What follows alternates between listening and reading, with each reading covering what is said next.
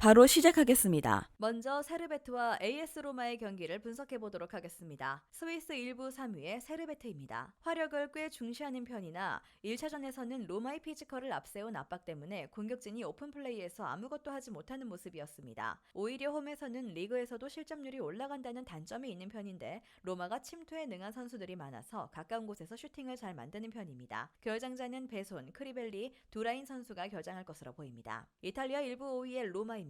로마의 특징은 상당한 전방 압박과 미드필더진의 적극적인 침투입니다. 디발라가 만든 공간을 펠레그리니가 침투하는 식으로 박스 안에서 최대한 인원을 늘리죠. 루카쿠의 피지컬도 이 플랜에서 상당히 도움을 주는 요소입니다. 결장자는 콤블라, 에이브러햄, 스몰링, 산체스 선수가 결장할 것으로 보입니다. 일단 세르베트가 상당히 홈에서 실점률이 높아지는 모양새고 로마의 전방 압박과 박스 안에서의 슈팅을 1차전에서도 잘 제어하는 모습은 보여주지 못했습니다. 로마의 승리를 유력하게 보는 매치입니다. 다음은 해켄과 레버쿠젠의 경기를 분석해 보도록 하겠습니다. 스웨덴 1부 3위의 해켄입니다. 너무 UAL에서의 페이스가 좋지 못합니다. 특히 카라바흐를 홈으로 불러들인 경기를 제외하면 매 경기 3실점 이상을 내주고 있는 상황인데 그나마 리그에서는 압도적인 홈 득점력으로 홈에서의 페이스를 가져가고 있는 편이고 UAL에서는 주포인 흐리스티치가 고립되면서 득점력도 크게 신뢰를 할 수 있는 상황도 아닙니다. 결장자는 오우수, 라요니, 트르세브스키, 라우르센, 구스타프손, 토틀랜드, 프리드릭손 선수가 결장할 것으로 보입니다. 독일 1부 1위의 레버쿠젠입니다. 주말 일정이 도르트문트와의 일전이라서 주력 선수들을 쉬게 해줄 가능성도 있습니다. 다만 몰데 원정에서도 비르츠, 호프만, 보니페이스를 선발로 내세우지 않은 상황에서도 승리를 거두는 등 전술적인 시스템과 화력은 건재한 모습이죠. 결장자는 아르투르, 쉬크 선수가 결장할 것으로 보입니다. 로테이션을 돌린다고 하더라도 이미 승리를 거두면서 시스템의 안정감을 보여준 모습입니다. 해켄이 UA에서는 공격도 수비도 잘 풀리지 않는 상황이기도 하고요. 그나마 해켄이 리그 홈에서는 득점력이 압도적인 모습이라 한 골 정도를 넣어볼 수는 있겠습니다. 레버쿠젠의 승리를 기대해보는 매치입니다. 다음은 아스톤 빌라과 레기 아바르샤바의 경기를 분석해 보도록 하겠습니다. 잉글랜드 1부 4위의 아스톤 빌라입니다. 1차전에서는 레기아에게 2대3으로 충격적인 패배를 기록하고 말았습니다. 그래도 두 골을 넣으면서 화력에서는 UECL에서도 통한다는 것을 증명했고 애초에 홈에서는 아스톤 빌라가 원정에서 보여주는 것보다도 압도적인 화력을 투사하는 편이죠. 결장자는 부엔디아, 밍스 선수가 결장할 것으로 보입니다. 폴란드 1부 6위의 레기아입니다. 레기아 입장에서는 아스톤 빌라를 원정에서 만나는 것뿐만 아니라 상위권 팀들을 원정에서 만난다는 것이 부담인데요. 리그에서도 5위 이상 팀을 원정에서 만났을 때에는 모두 2골 이상의 실점이 나오는 등 수비가 크게 인상적인 모습은 아니었습니다. 결장자는 아우구스티나크, 무스타파예프 선수가 결장할 것으로 보입니다. 홈에서 한 골 정도를 실점한다고 하더라도 화력으로 이를 극복해버리는 모습을 보여줄 수 있을 것입니다. 애초에 레기아가 리그에서도 상위권 팀을 상대 실점률이 높습니다. 아스톤 빌라의 승리가 유력하다고 봅니다.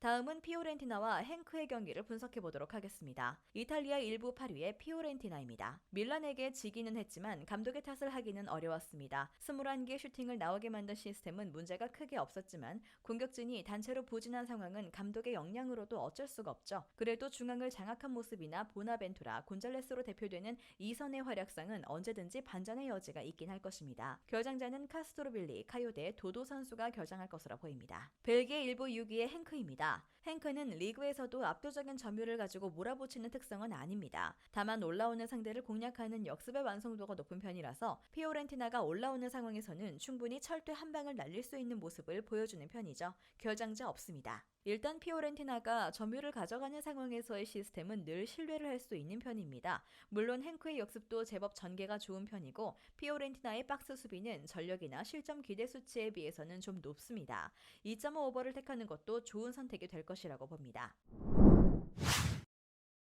다음은 프랑크푸르트와 PAOK의 경기를 분석해 보도록 하겠습니다. 독일 1부 7위의 프랑크푸르트입니다. 1차전에선 PAOK에게 패했습니다. 다만 해당 경기 2골 실점이 모두 세트피스와 프리킥 상황에서 나온 것이라 오픈 플레이에서의 실점을 잘 커버했다는 점을 더 높게 쳐야 할 것인데 애초에 득점력이 따라오지 못한 상황에서도 실점 통제에 실패해서 부진한 적은 없었습니다. 결장자는 룬, 로데, 코흐, 막스 선수가 결장할 것으로 보입니다. 그리스 1부 4위의 PAOK입니다. PAOK의 경우 실점률이 UECL에서 높다는 것이 포인트입니다. 특히 선제골을 허용하는 비중이 높은데 다행히 화력을 발휘해서 이를 극복하는 모습이 자주 나오는 편이지만 앞서 언급했던 언급했듯이 프랑크푸르트와의 1차전에서는 꼬우룬이 PAOK에게 많이 따라와준 경기였습니다. 결정자는 수아레즈, 바바 선수가 결정할 것으로 보입니다. 일단 1차전에서의 결과도 운이 따라주지 않은 상황이었고 현재 밸런스가 크게 무너졌다고 보기는 어려운 상황입니다. PAOK가 UACL에서는 선제골 허용이 잦은 편이고 프랑크푸르트의 승리가 유력할 듯합니다. 마지막으로 노르샬란과 페네르바체의 경기를 분석해보도록 하겠습니다. 덴마크 1부 5위의 노르샬란입니다. 늘 주도권을 잡고 몰아치는 것을 선호하는 편입니다. 다만 최근 두 경기에서는 기대 득점이 0점대로 하락하는 등 높은 점유율로 재미만 보고 성과를 내고 있는 상황은 아닙니다. 오히려 페네르바체같이 공격력이 뛰어나고 개인 기량을 가진 팀들을 상대로 수비적인 난조를 보일 염려가 되는 상태입니다. 결정자는 앤트맨, 한센, A 한센 선수가 결정할 것으로 보입니다. 터키 1부 1위의 페네르바체입니다. 루도고르치에게 패했는데 그 당시에는 타디치를 측면으로 돌린 것이 패착이었습니다. 나이가 있어서 측면에서 기동력을 살리기 어려운 자원이라 아약스 시절에도 철저하게 중앙에 썼던 자원이기 때문인데요. 그래도 이 부분만 수정을 하게 되면 제코, 타디치라는 확실한 공격 자원들의 힘을 보여줄 수 있는 팀이라는 점입니다. 결정자는 링콘, 아지즈, 페레스, 킹, 디쿠 선수가 결정할 것으로 보입니다. 타디치를 중앙으로 옮기는 것만 선행이 되어도 가지고 있는 전력을 바탕으로 확실한 화력을 기대할 수 있는 편입니다. 노르샬란이 높은 점유율을 가지고 몰아치는 상황에서도 최근에는 득점력이 영 별로고 오히려 개인 능력이 좋은 페네르바체에게 기회를 주는 꼴이 될 가능성도 있습니다. 페네르바체의 승리를 기대해보는 매치입니다. 영상에서 알려드리는 내용들은 모두 1차 분석 내용들이며 2차 분석과 최종 조합픽은 영상 하단 고정 댓글 링크로 문의 주시면 안내 도와드리도록 하겠습니다.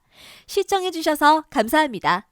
아직도 혼자 분석하고 계신가요? 이슬TV 스포츠 정보방에서는 실시간 스포츠 커넥션을 통한 소통하는 관리 시스템으로 확실한 수익을 전해드리고 있습니다. 정보방 입장 조건은 없으며 일반인들은 쉽게 접할 수 없는 배당 흐름 분석, 모든 경기 라인업과 결장자, 마지막으로 분석 모델링을 통한 최종 조합픽까지 무료로 제공해드리고 있습니다. 물론 마음에 안 들면 둘러보시고 나가셔도 됩니다. 혼자 하면 단기간으로 수익을 볼 수도 있겠지만 함께 하면 장기간으로 꾸준한 수익이 가능합니다.